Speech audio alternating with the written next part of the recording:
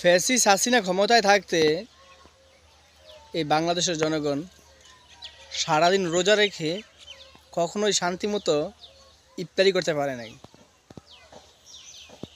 Doctor Yunus ক্ষমতায় আসার পর এই বাংলাদেশের মানুষ সারাদিন রোজা রাখার পর শান্তিমতো ইফতারি করতে পারছে। তো এখন কিছু মানুষ বলবে, আমার নেত্রী শেখ হাসিনা তো অনেক উন্নয়ন করছে, দেশের জন্য অনেক কিছু করছে।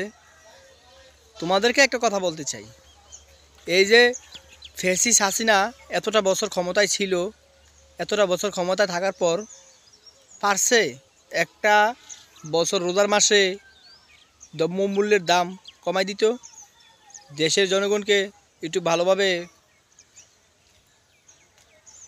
ইফতারি খাবে, সব কিছুর দাম কমাই দিতে পারছে?